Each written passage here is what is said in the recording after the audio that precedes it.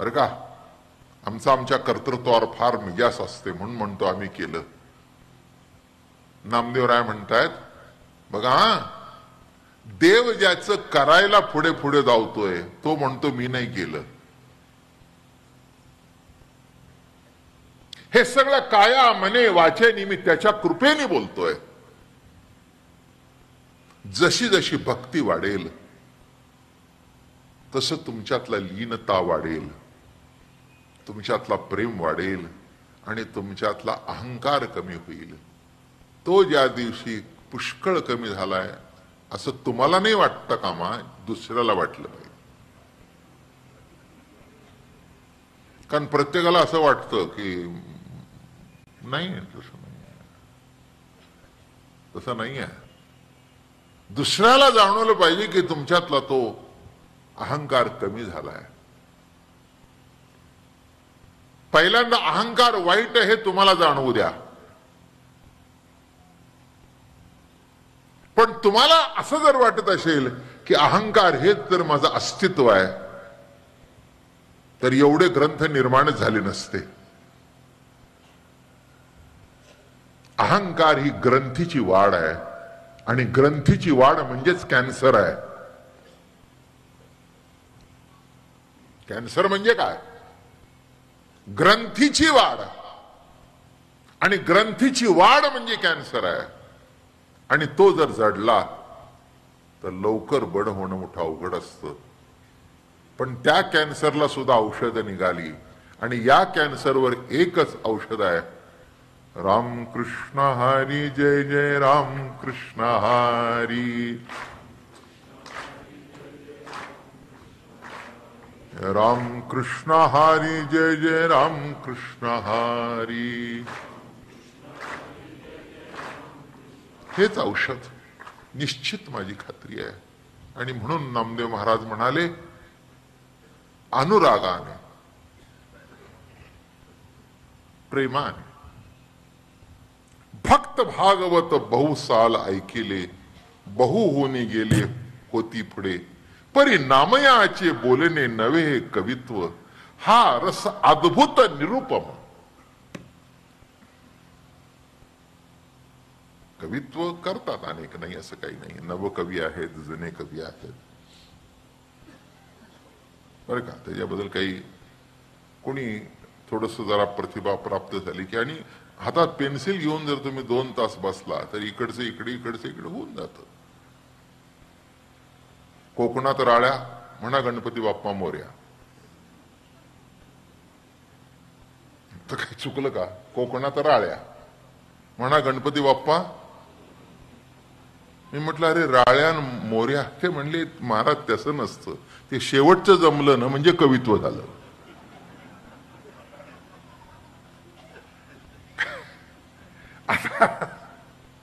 हा, आता प्रतिभा संपन्न कवी असतात तो कॅटेगरीज भिन्न आहे, मग त्याच्याबद्दल काही प्रश्न येत नाही. आता ज्ञानेश्वर महाराज हे कवी आहेत, साहित्यिक आहेत, सर्वच आहे काही त्यांच्यामध्ये. असे प्रतिभा संपन्न कवी हा भाग निराळा. पण उगीच तुम्ही केलं म्हणून आम्ही केलं ना, आम्ही केलं म्हणून तुम्ही केलं, या सोडून.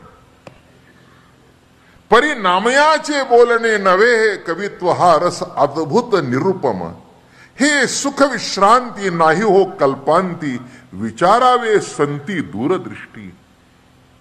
नामयाचे हे कवित्व नाही आहे, निरुपम आहे, त्याला उपमा नाही. कारण का? देवाचं जीवाचं बोलणं सांगतायत, देव कासावी झालेला सांगतायत. इतर वाङ्मयामधून आपल्याला असं वाचायला मिळतं की जीव देवाकरता कासावी झालेला आहे, आणि नामदेव महाराजांच्या वाङ्मयामधून हे वाचायला मिळतं की देव नामाकरता कासावी झालेला आहे. आणि हे नातं काही चुकीचं नाही.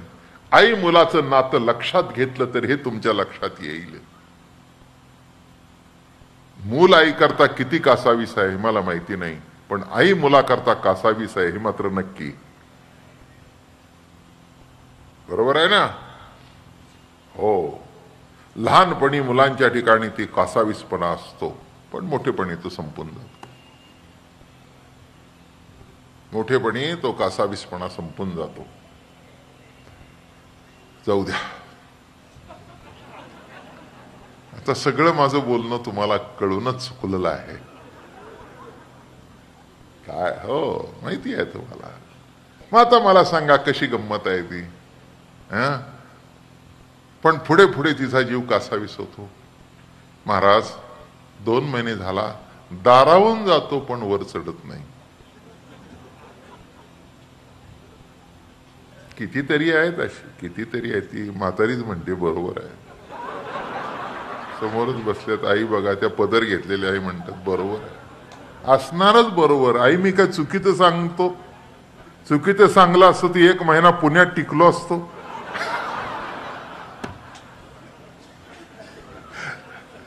वस्तुस्थिती आहे ही. वस्तुस्थितीच आहे ही. तिचा जीव कासावीस होतो बिचारीचा. खालून जातो. पण काय सांगू बाबा महाराज म्हणली नुसतं वर सुद्धा बघत नाही. न जाणो त्याची माझी नजरानर झाली तर वर यावं लागेल म्हणून. काय हो मी पाप केलं एवढं. म्हटलं आता मी तरी काय सांगू. मी म्हटलं एक पाप घडलेलं दिसतंय. जो तुझ्यात अडकलाय त्याला सोडून तू नको त्याच्यात अडकलीस हेच पाप घडलं.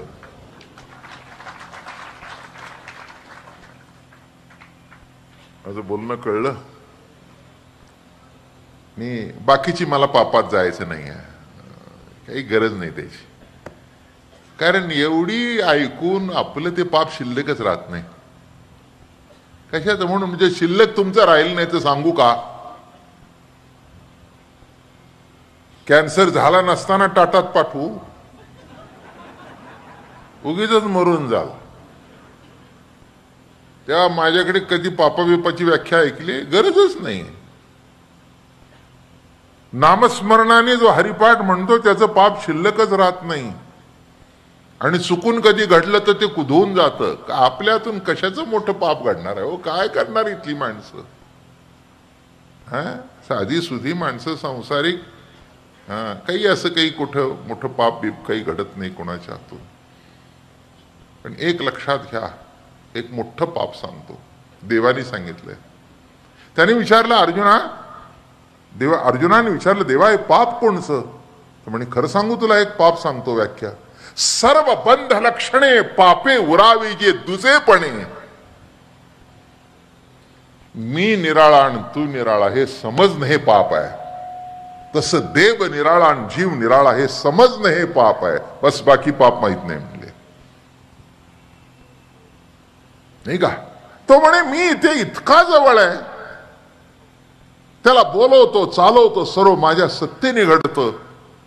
पण देव माझ्या जवळ नाही म्हणतो. तो मिळवायला पाहिजे म्हणतो. तो आकाशात आहे म्हणतो. हे महापाप आहे. म्हणून लक्षात ठेवा इथे जे चाललंय की असं जो एक अलौकिक भाग आहे नामाचा. नामाची शक्ती. म्हणून इथून जे काही प्राप्त होतं आपल्याला तो आनंद समाधान. पापा बिपा करता हे परमार्थ नाही आहे. बिलकुल नाही आहे. मी त्याच्याकरता प्रवचन करतच नाही की तुम्ही इथे यावं माझा ऐकावं माळ घालावीन पाप धुवून जावं. हे थर्ड रेट परमार्थ. म्हणजे जो अजून पाप ते पाप धुतात का पुन्हा करायचं असतं म्हणून.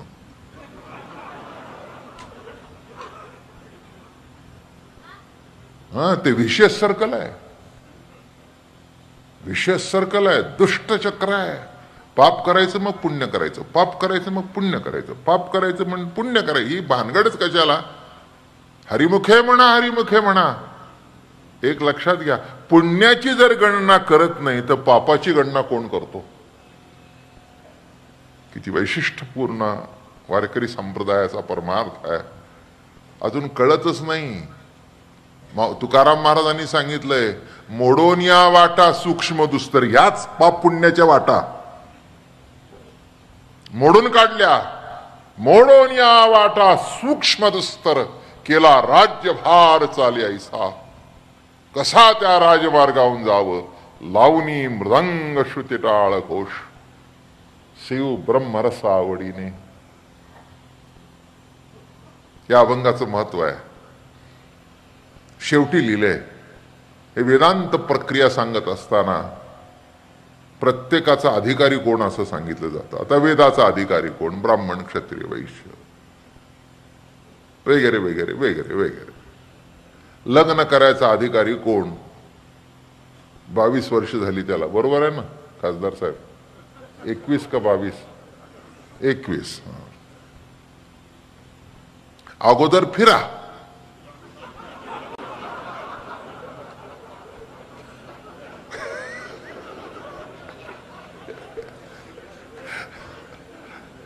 म्हणजे up to 21 you can roam about here and there. काही हरकत नाही. पण लग्न करायचं असेल म्हणजे काहीतरी मर्यादा आली, त्याला काहीतरी नियम आला. मुलगी किती वर्षाची, मुलगा किती वर्षाचा, तसं नाम कुणी घ्यावं?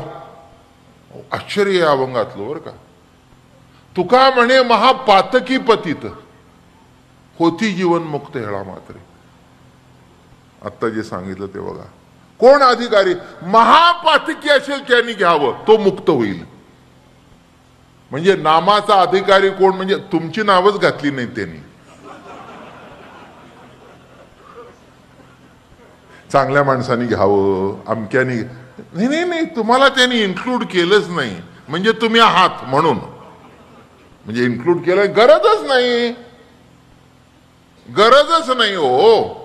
काय महापातकी म्हटल्यानंतर तुम्हाला अधिकार आहे का नाही हा काही प्रश्न शिल्लक राहतो का? त्यांनी एकदम खाली नेऊन पोचवलं. तुका म्हणे महापातकी पतित, होती जीवन मुक्त हेळा मात्रे. आणि म्हणून एकाने प्रवचन करावं आणि एकाने कीर्तन करत करत करत वाटचाल सुरू झाली. मी तीर्थयात्रा सांगतोय, मग काय सांगतोय? तीर्थावळी सांगतोय मी तुम्हाला. होतू कर्मनिष्ठ विधीचे उद्भट, होतू सर्वश्रेष्ठ पूज्य लोक, होतू कलावंत कवित्व कुशल, होतू का वाचाळ चतुरेचे, हो का पाठक, हो का साधक, होतू का वाचक ग्रंथकार, होतू आत्मज्ञानी, होतू निजध्यानी, होतू वज्रासनी बैसकेची, होतू योग युक्त, होतू जीवन मुक्त, होतू का विरक्त सर्वजंगी, ऐसे होतू का सभाग्य संपन्न सर्वज्ञ, परी मी न म्हणी तुझवीन विष्णुदासा. माऊली म्हणतात कोणी का आशनात, पण विष्णुदासा योगी असू दे, जपी असू दे, शास्त्री असू दे, पंडित असू दे, विद्वान असू दे, वेद अभ्यास केलेला असू दे, पण नामा विष्णुदासापेक्षा मी श्रेष्ठ मानत नाही. हे खूण जाणता एक पंढरीराव, रुक्मादेवी नाहो श्री विठ्ठल. ही कोण कोण जाणतो? एक विठ्ठल. पश्चिम प्रभास आदी करोणी द्वारका, पाहिल्या सकळक मोक्षपुऱ्या, पंथी पावन तीर्थे करोनी सकळिक. पंथी स्वतः पावन होत नाही, पावन तीर्थे करोनी. बरं का, जाताना तीर्थाना पावन करत करत करत निघाले. परी पंढरीचे प्रेम नामयाचे जीवी, माऊली आठवी पांडुरंग. प्रत्येक क्षेत्रात जावं आणि म्हणावं, माऊली कसं काय वाटतो तुम्हाला? पण पंढरी सारखं नाही हो.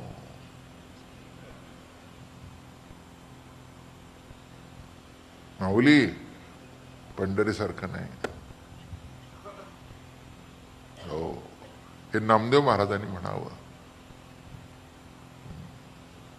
आणि डोळे भरून यावे नामदेवरायाचे, कंठ सद्गदित व्हावा. माऊलींना वाटावं एवढं मी त्याला सांगितलं की सर्व ठिकाणी ब्रह्म आहे, तर याचं मन तिथेच लागलंय. काय अंतःकरणाची जात आहे. आणि हा अनुभव घेण्याकरता इथे आले. कळलं का?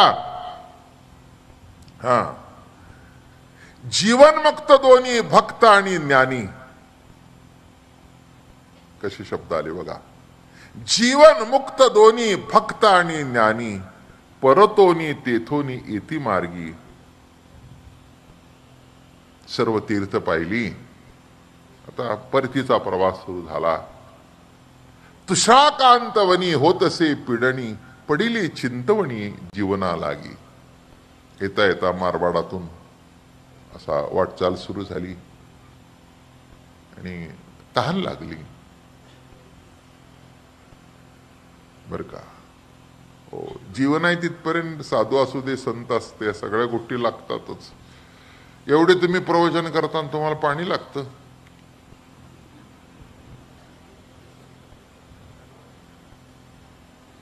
एवढं तुम्ही पंढरीची वारी करता, काय माणसं काही काही विचारत, काही मला तर काही काही कळतच नाही. अहो शेवटी साधू संत असू दे नाही तर माऊली असू दे, शेवटी आयुष्य आहे ना, देहाचा जो काही भाग आहे तो असतोच प्रत्येकाला. तो काही कुणाला संपतो का? हा, संत आहे म्हणून 12 वाजता भूक लागत नाही काय? संत आहे म्हणून काही 12 वाजता भूक लागत नाही? चुकीचा संबंध आहे. हा, फक्त योग्य ते खातात म्हणून संत आहे.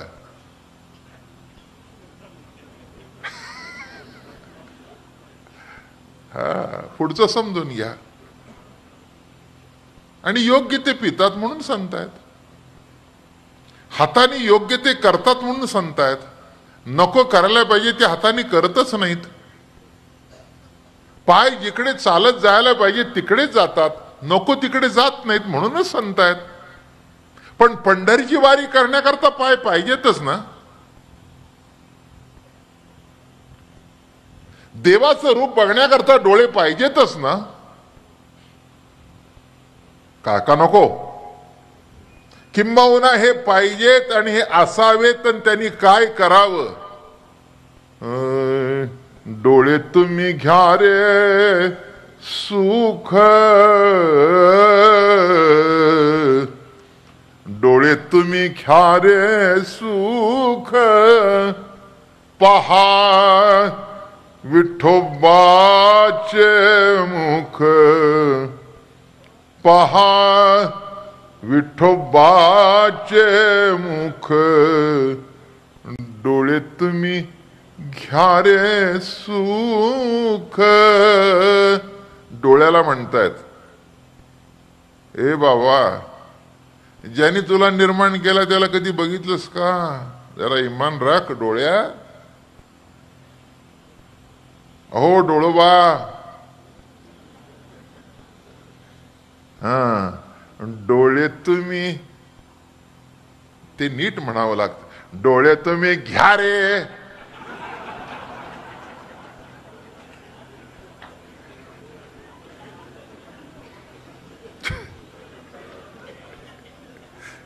आता काय घ्या रे न काय नको? म्हणजे त्या मुखाने म्हणताना डोळ्याला सुद्धा कळलं पाहिजे, डोळे तुम्ही घ्या रे सुख, मुखानी. आणि पुन्हा एक ठिकाणी त्याच अभंगामध्ये हेच आपली स्तुती करते, घेई घेई माझे वाचे. अगं वाचे, किती बडबड, किती बडबड, किती बडबड. 50 अक्षरी करिसी भरोवरी, शेखी तुझे तोंड तुझं वैरी राया. काय ओढ अभंग आहे ते, एक एक माऊलीचा अभंग आहे हा. 50 अक्षरी, उठल्यापासून बडबड बडबड बडबड बडबड. अरे मेल्यानं उठलात का? अरे चांडाळानं उठलात का? उठली का? पसरली अशी लाज.